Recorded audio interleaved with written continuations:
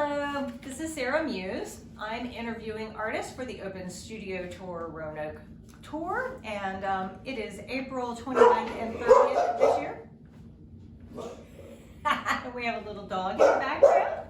We're here visiting with Ann Glover, renowned artist in the area and sculptress and all the various things in between. So hi Ann, how are you? Hi Sarah. Nice to see you. Nice to see you. So do you go by just Ann Glover, or do you have a business name? Ann Glover Studio, if we're getting really official, but Absolutely. that's about it. All right. And do you have a website that people can go to? I do. It's annglover.com. Excellent. Great. So where are you located in the world? I'm in Roanoke, Virginia, in Old Southwest, about a mile or so from downtown, Fun. in a 120-year-old house. Very nice. Yeah. And are you renovating this house? I'm renovating it. It is a life's work, I think. Aren't they always? You know about that? Oh yeah, we know about that a little bit. They always are. Yeah. So tell me a little bit about your background. I have a liberal arts college background from Mary Baldwin, and have done various other kinds of studies through Mountain Lake, the American Animation Institute, mostly learning on the job as a graphic designer and learning on the job as a painter, I think is really where my education has happened. Living in Los Angeles for 10 years was an education. So I'm from Roanoke. I grew up here and lived in Stanton, Charlottesville, Kentucky, etc. before coming back, and then eventually moving to LA for about a decade. But I've been back here for 20 years. So this is a great place to live and make art. It is. So I'm happy to be here and really happy to be part of this community. Excellent. So, Well, thank you. So why are you an artist? Where did it start? Have you always been? I think it started probably in grade school with a successful drawing, crayon drawing of kids in the rain. And someone said, maybe the teacher, probably Miss Wood, said, I really like that. And I thought, okay, maybe this is something. And I think I always had an interest in that, and that was my strongest area of study, I guess. And so what all have you done over the years? You mentioned an illustrator, so what was involved with that, and how did that come about, and were you doing other things before that, or how did that come around? There's nothing like having a BA in art to lead you into the culinary arts as your first job. So my first job was as a short order cook for a couple of years, and that was clarifying, but it also informed the way that I paint now, because it was a greasy spoon. It was a fascinating job. It was humiliating too, but then I got over that. But it also made me know that I had to get into something art related. And we'll get to the painting process and how that's like cooking later. But from there, I went into a ground level graphic design job, doing brochures, working with type, having things printed. And this is way before any kind of computer design phenomenon was going on. So we're using T-squares, waxers, rubber cement, all the ancient tools, and the type was even set as hot type on a linotype machine, because this was Charlottesville. Yeah. So that was a wondrous experience. But after that, worked as a freelancer in Kentucky, worked at a small ad agency back in Roanoke, again working with type, cartoons, illustration, page design, brochure design, billboard design, all of which was very close to my heart. And that also made me want to start painting on the side. So started painting on the side, pictures out of magazines, anything to do, paintings from life, everything. And so Dorsey Taylor had a gallery here, and several of us showed with him. So that was the first fine art opportunity in Roanoke. And when was that? That was 1977. Wow. You were alive then, I I think. was alive. Barely. No, I was alive. Dorsey gave us Dorsey was so good and is so good at that he helped many of us feel that maybe this is something we could do, if not full-time, almost full-time, and I credit him with that. So from there, where are we now? 1977. Exhibiting beyond Roanoke, Florida, North Carolina, elsewhere, and then doing freelance illustration for magazines and mostly editorial illustration, which could consist of a realist painting that would be in a magazine. Right. And doing commission paintings for various clients that those paintings never really were exhibited publicly, but much of that was a mainstay for me for 20 years. So that's fascinating. those paintings those were between, the client would pick up the work and, So with that those funds in hand, I moved to LA in 1988, and by a complete fluke got a gallery and did some illustration and sold paintings of LA at that gallery for 10 years. And that was a kind of financial razor edge, but it was a great art life because LA is a phenomenal place in terms of light and subject matter. Yeah. So that's what that 10 years was about. So do you feel like you did a lot of growing during that time? I did, because I could go to galleries regularly and see the best realist painters in the world, and go to the museums. So I could easily drive there and see really, really good work, and a lot of multimedia work that I never even heard about. I could see David Hockney in the dog park. I could see all kinds of things. I saw him with his dachshunds at the Mulholland Drive dog park one day. It's like, well, that's a thing. And then I could go to his gallery in Venice and see the paintings of those dogs. Right. So it was a wondrous 10 years. That's fascinating. Yeah. And so what brought you back to Roanoke? Well, I had several jobs that we were trying to do.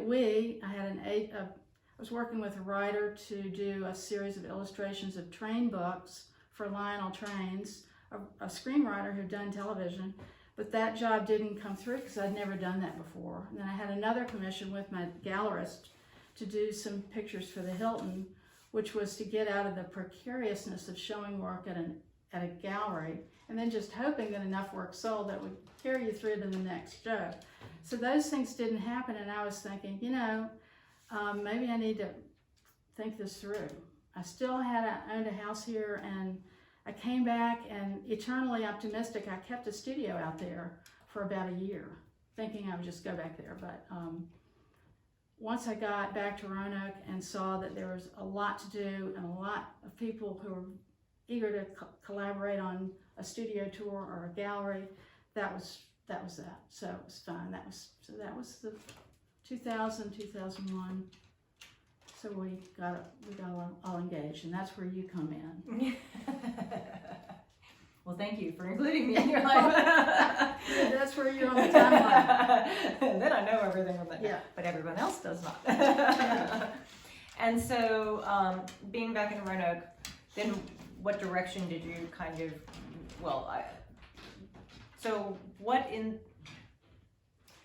there's just so many questions for you. So coming back to Roanoke, what direction did you really find yourself going in?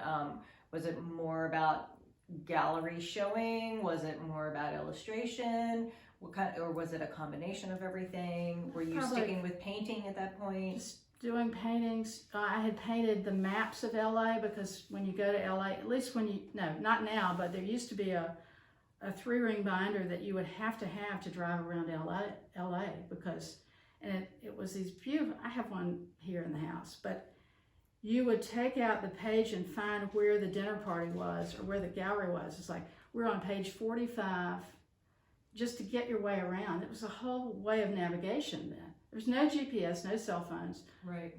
Oh yeah. Back in this is you had to use a map. You had to use a map. So I did some giant maps of LA and inset pictures, kind of snapshot paintings of those locations, which included the LA riots and included some, for the first time for me, some really political and kind of world event things, because I was in the middle of all that stuff. So when I got back to Roanoke, I did a map painting that included my computer screen and some other things that were far more experimental than they had been before. So, and I did some magazine illustration as a freelance person when I got back. That's amazing. So what are you creating these days? What is some of your processes? Are you painting? Are you doing illustration? Are you doing sculpture now? I mean, that all of these different things have evolved, and you've evolved as an artist. And in what ways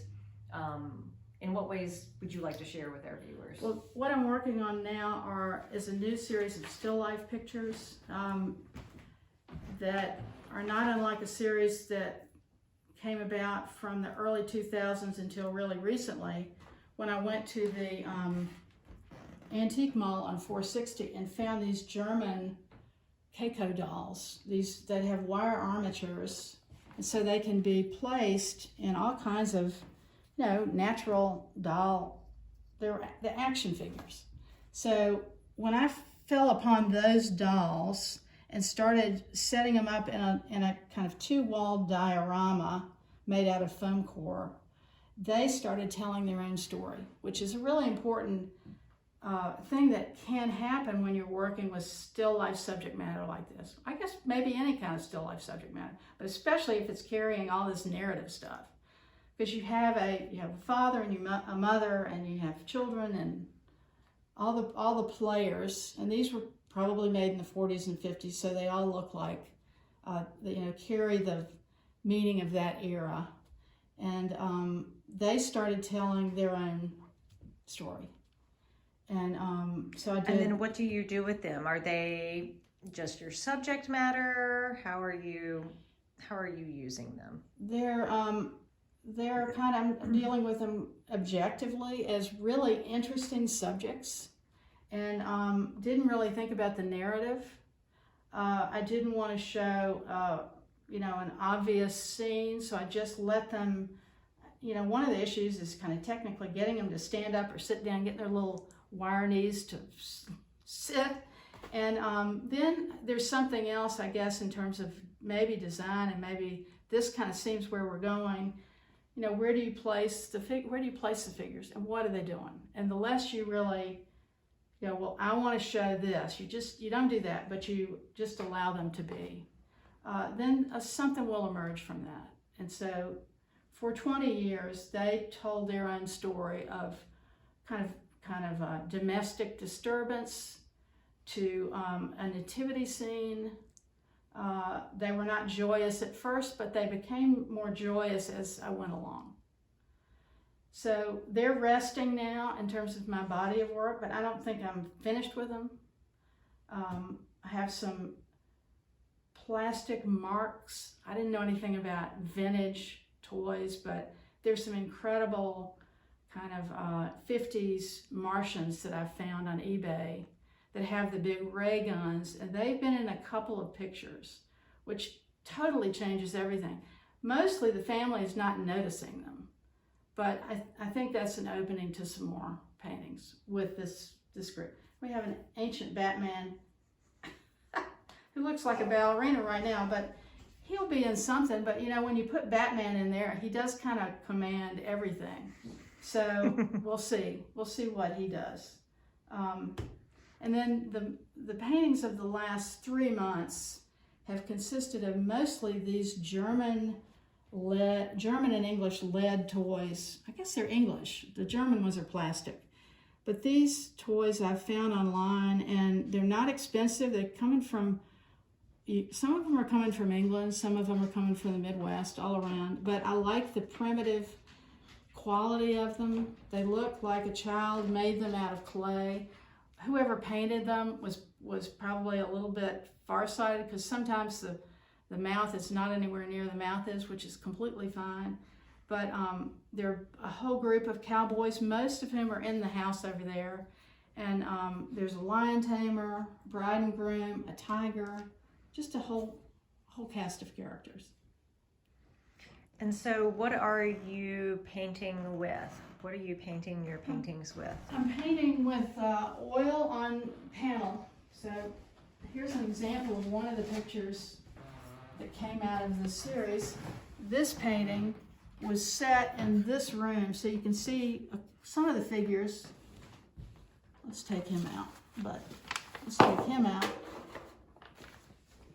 But the boxer dog and the red bandit and the clown are some of the main characters in this painting. We're just going to move them around. The lion tamer was in that painting too. And the scene can be uplit with a flashlight. In this case, I have some cabinet lights that I've just taped into place, so that's more of like a top light in the house look. But I've really enjoyed just the theater lighting aspect is really fun, and then it changes all the visual effects. So with a subject like this, you just have an unlimited chance to see what it says to you. And what medium are you using here? This is oil paint, an alkyd resin called liquid, which is kind of the consistency of applesauce. Anyone who's painted with oil knows about liquid. This is a non-scented turpentine. And I'm using a piece of glass that's been gessoed from the underside. And one of the things I've come to appreciate about the way that I like to paint and the way that I like to set things up is the more time that I spend pre-mixing the colors that are occurring in the scene or the phenomenon, the better the picture will be.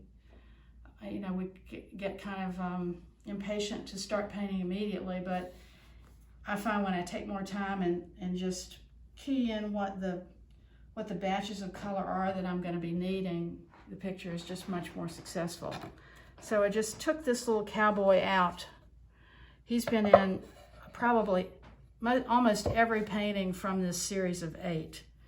And what I'm drawing out on the side, I don't do this on the real painting, but for purposes of demonstrating, there are about 8 batches of color in this little guy that I can mix up and have the beginning of laying the color in on top of this drawn map, if that makes sense. Mm-hmm. So if you look at... So do you start with your main subject first and then do your background, or do you start with the background and then... I don't have any... build up? I try to paint everything kind of at this... Try not to think in terms of foreground and background, but maybe start with a color that I really want to see, or that's usually it. And then I'll work all around the picture a bit at a time, trying to break down every color into a shift in value as the light shifts. I didn't say that very well, but let's go back to this and look at it.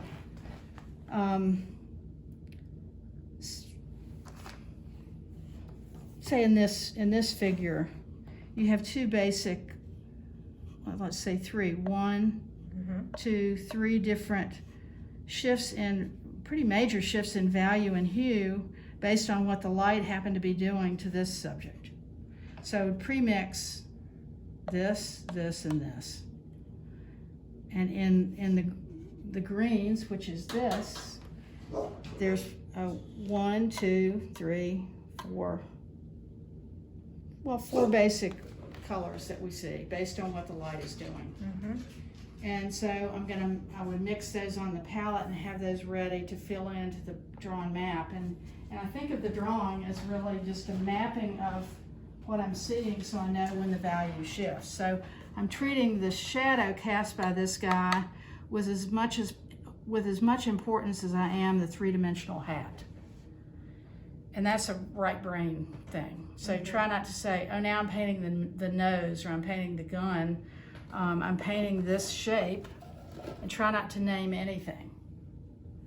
So that way you're seeing it, you're not bringing in a whole kind of catalog of information into the picture. You're just seeing it as a connection of puzzle pieces that you're just trying to see as clearly as you can. That's fascinating. So you map it out, Map it out. kind of like This. like colored by numbers. Well, it is, it's coming from so many I think Cezanne painted that way, Matisse painted that way, and Monet painted that way. And the first pictures that he did that knocked people for a loop because they'd never seen flat pattern, and when he'd be painting a dress that had a strong light and shadow on it, he'd have this be cadmium yellow light plus white, and then when the shadow happened, it had cerulean blue. It changed drastically. We know in the modern world exactly how to see because of those pictures. But the first people who saw those paintings thought he was insane because paintings had been done completely differently. And so I'm building on that kind of painting more than, say, modeling from light to dark, which takes a lot more technical ability. This is much more flat. And yeah, paint by number is in that, whatever it is, motif, I don't know, is an extreme form of that. Right. Because you're focused on what the paint is doing, not so much what the subject is per se. Yes. And how it works together with each other. Yeah. Interesting. I love it. So do you start with a base coat of anything before you start your paintings? Sometimes they can be all underpainted with acrylic, like a pink acrylic or orange or something pretty primary, something pretty warm. Sometimes it can be more of like Indian red is a little too opaque for me, but a little closer to that. I don't usually start with a cool color, but sometimes not, just depends. With this medium, everything's drying overnight anyway. So it's no longer standing around waiting for oil paint to dry. This has been around, this medium and various other trade names has been around a long time. So oil painting is no longer the long drying way of painting. Right.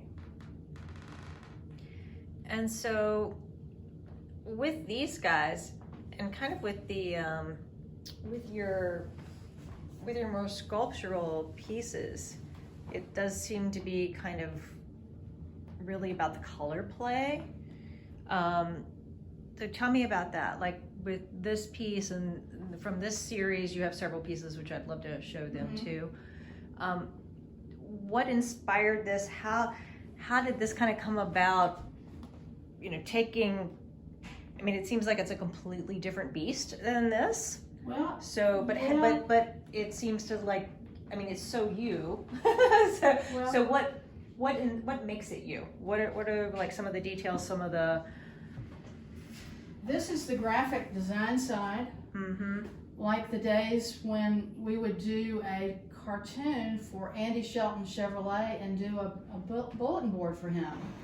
And we'd make a graphic or piteograph drawing as a cartoon, and you'd drive down past Towers Mall and see the thing 20 feet tall with type on it, and we're talking now 1976. But the love of that graphic world is in these pieces, and it extends to some of the iconography of 50s advertising, like this potato with a face on it, the bird, the UFO. Some of this is LA influence, the Virgin of Guadalupe, the Flaming Heart. That certainly didn't come from any experience I had in Roanoke, but it was everywhere in Los Angeles, in signage and in the galleries and everywhere. So that just was... And so what is this? Is it all fabric? And then, some of it is, it's stenciled fabric. Some of it is bought at Joann's. Some of it is bought various other places or samples that people gave me.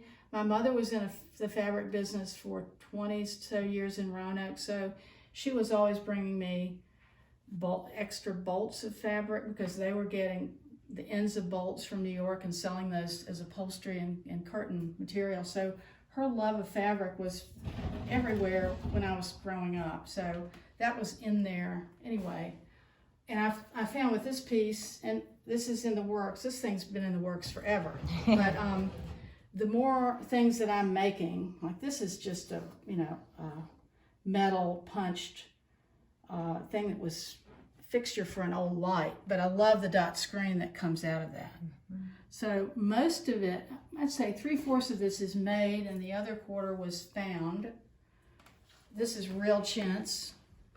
There's ticking in here. And the beauty, it's based on, I guess, a quilt organization, because we all grew up with quilts. And I'm just playing with the idea of what should be on this tableau figuratively. And these are,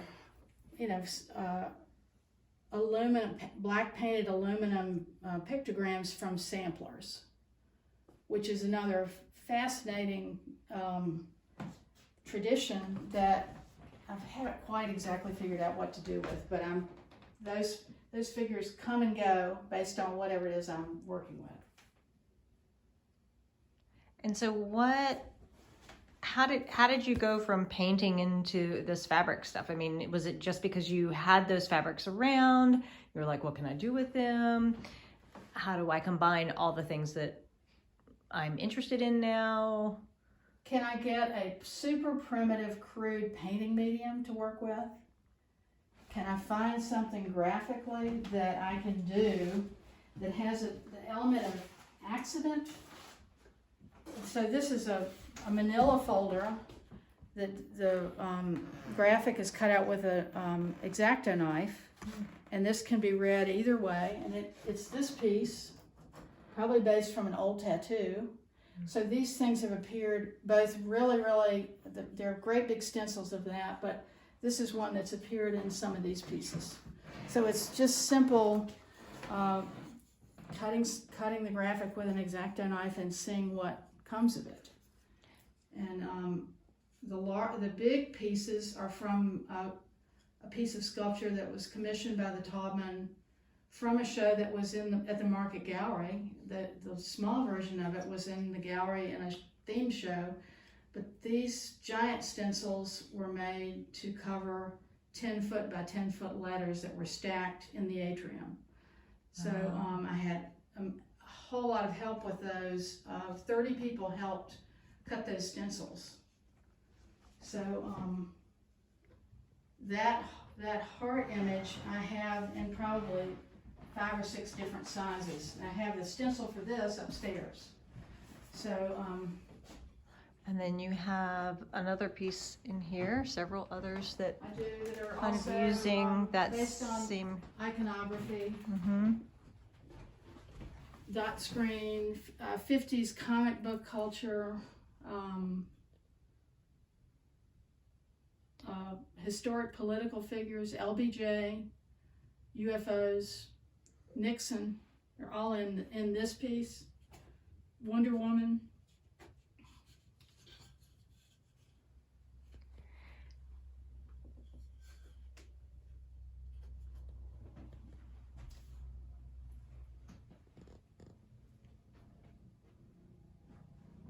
There's a lot going on in that one in there. And this has in messaging, obey your mother. Which I don't know where that came from, but it seemed to be exactly right. So,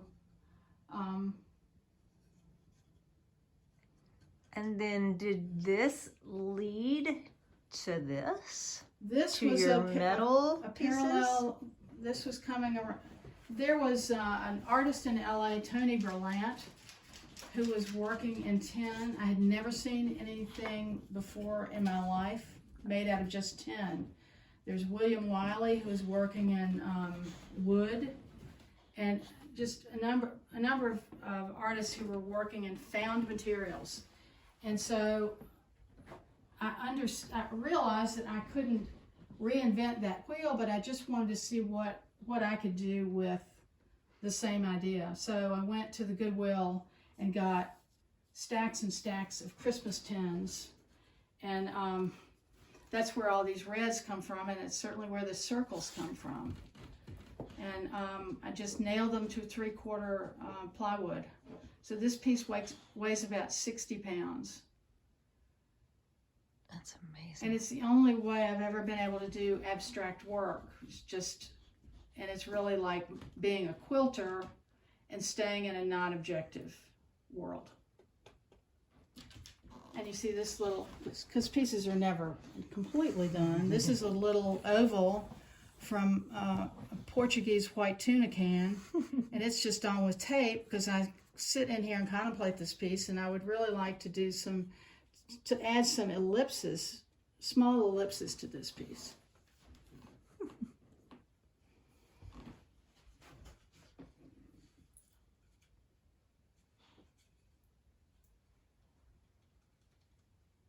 And then you also do sculpture. So where does that fall into place with everything else that you do? That's as a result of extreme optimism.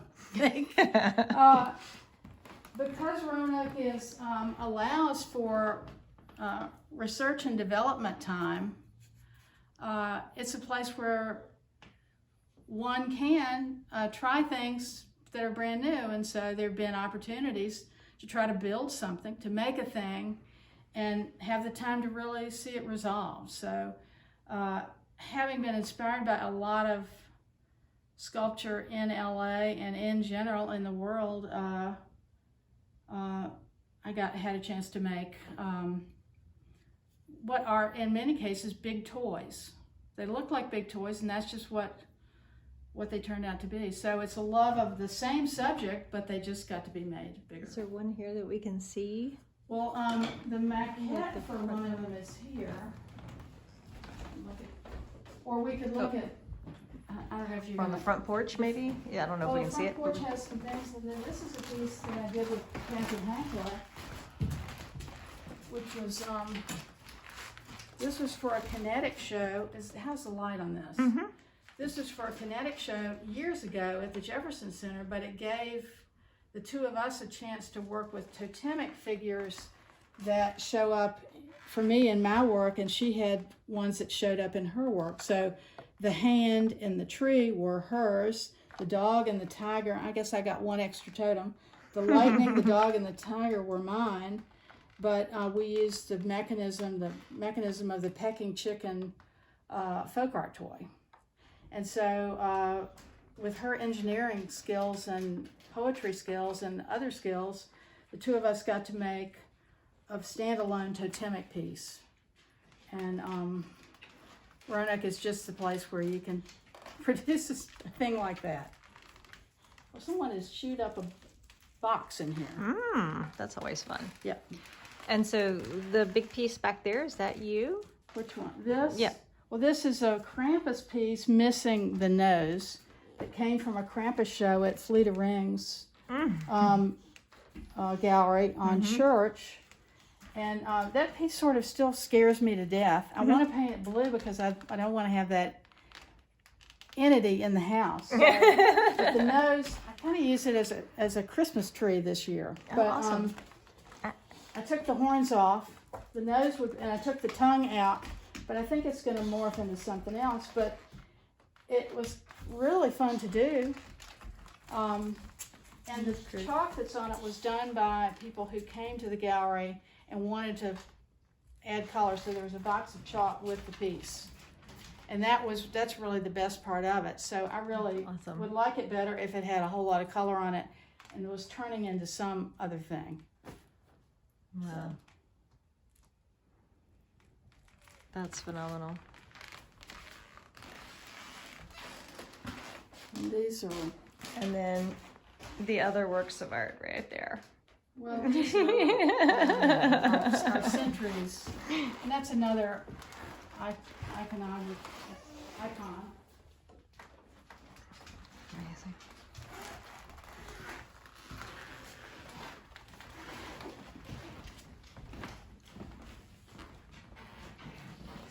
This piece is probably good to look at because it's a studio wall in my painting studio at another house, and it shows some toys, some reference material, a self-portrait, just kind of push pin to the wall, and some of these became subjects for other pictures. So this was in the day before I was really making many things, but just painting things. Interesting. It's like, let's just paint a picture of what's hanging on my wall. And that's awesome. Because you'd already created your own still life in a sense. I often think, well, the studio studio wall is more compelling than the painting, or the palette is more compelling than the painting. So how do I get to something that's really a source of a lot of inspiration? And this is a Xerox of S.L. Jones folk art carvings. Person I've seen, I think he's a West Virginia artist of years ago, but I've seen his work in galleries in Chicago. But he's just there as a kind of a heroic figure, and so it's just all the things I think every artist has around as kind of a source of inspiration. Yes. The ultimate bulletin board. And you also paint architecture. Well, there's of the neighborhood. This is around I don't know if you have enough light to do this, but this is a house on Allison Avenue.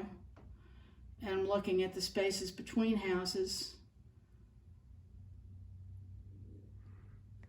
And the light play. This is a March picture, so the sun was still setting really low in the horizon, and there was an enormous amount of warm color where the light was still touching the architecture. And you know that those are white columns, but they're not cadmium yellow and pink, but in that light they turn that color. That's amazing.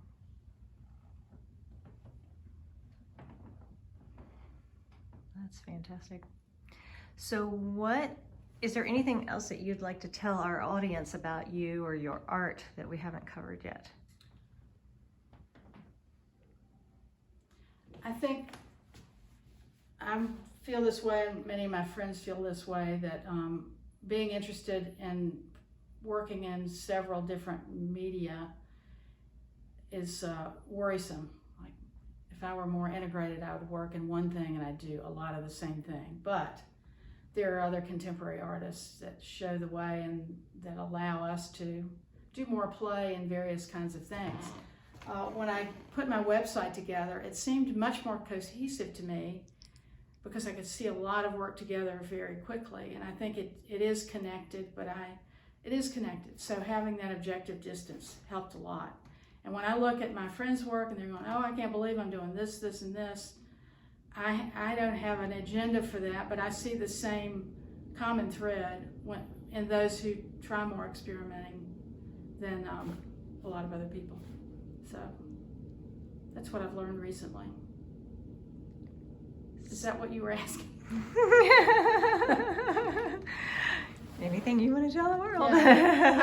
I'm still interested in all these things. So I'll still be building stuff and painting smaller paintings and looking at the neighborhood, what's going on with the light in the neighborhood and the houses. I keep painting houses on Walnut Avenue. I've been doing that for 40 years.